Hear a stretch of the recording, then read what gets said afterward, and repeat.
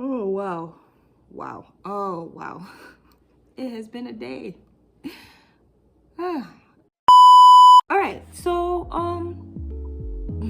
I've been thinking about Nollywood films lately, and I'm just kind of like, I grew up watching a lot of interesting Nollywood films. I mean, if you've seen a TikTok of mine, I talk about a few that was just kind of like, woof.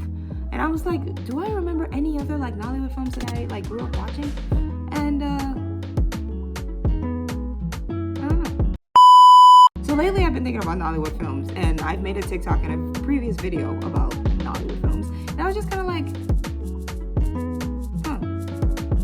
maybe in my long career as an actor, one of the things I can do is be in a Nollywood film. I mean, who's to say? I have a couple of ideas, but today let's just take our time discussing a few Nollywood films. So there was one Nollywood film I remember watching when I was growing up that was about this love story. I do not remember the name of this movie.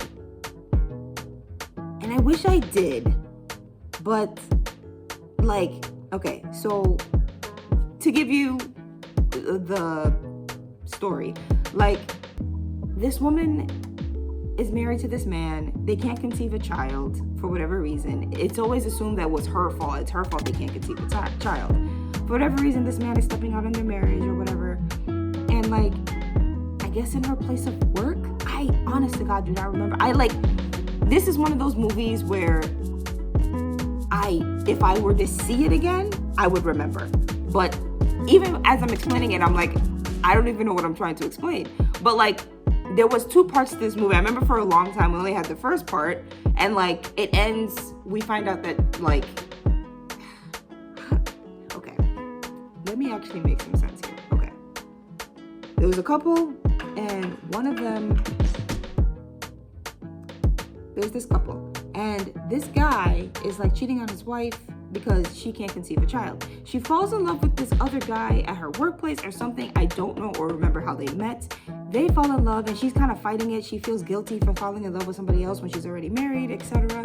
But somehow, some way, they get together, and at one point they do the devil's tango, and she gets pregnant, and she's just kind of surprised because she was like, I didn't think I could get pregnant, but it was because her husband had been lying to her because he was the problem.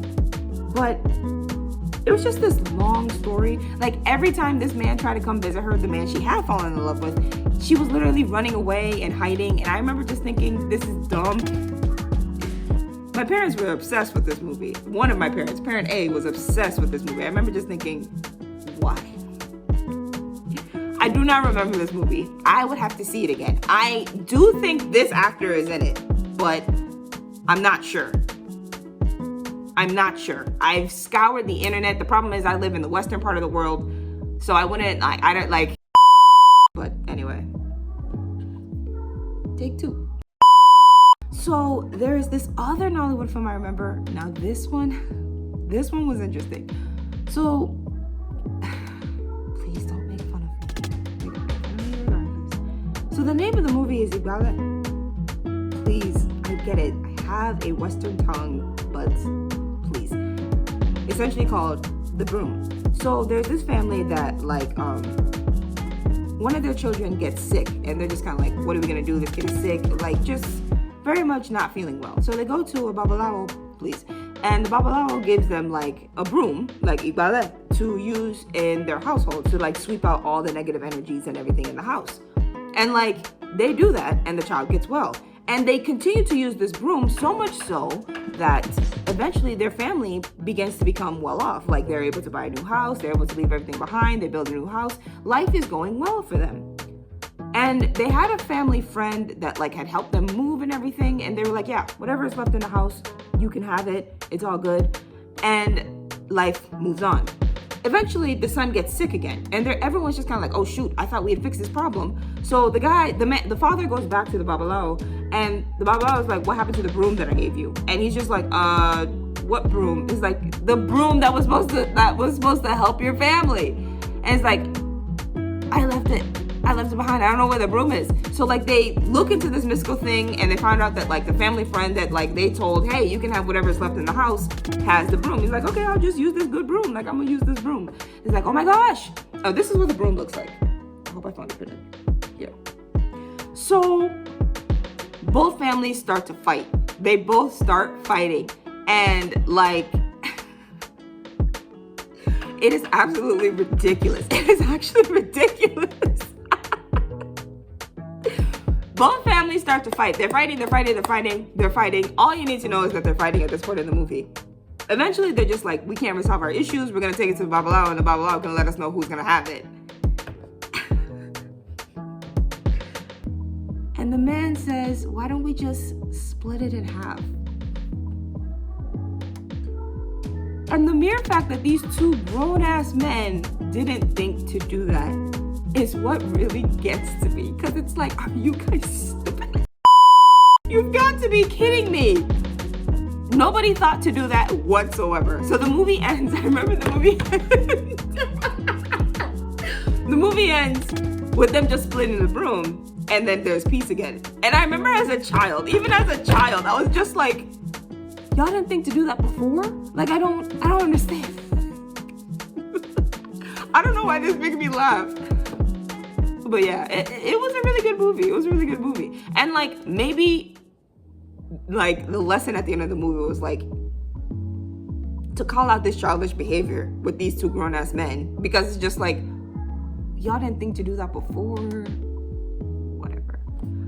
This last movie I'm going to talk about is actually a movie I watched with a friend back when I was in college. 1 second. Okay, this last movie I'm going to talk about is called The Visit. Okay, and this was a movie I watched back when I was in college with a friend of mine. And I just remember watching the movie. I was like, this is a crazy movie. But I'm going to rewatch it because from what I remember, it is actually an amazing movie. I think the ending is a bit like, just ain't nobody gonna win. But I still think it's amazing. I'm gonna rewatch this and probably do a longer like video analysis on it. But essentially, like there are two couples who live together in like this like house together, like in Nigeria, right? And like one couple is like very reserved, very much like very quiet and kept together and polite. And there's another couple that's like, well, they live a rather wild lifestyle. They like to drink, they like to smoke, they like listen to loud music, they party all the time. Very much polar opposite couples. One day, for whatever reason, I can't remember the reason, but the more rambunctious couple has to go visit the other couple. Because, well, something had happened where they needed to apologize for certain actions they had taken. They go to visit, and the movie kind of takes you through these highs and these lows. And you never leave the house of the more proper couple.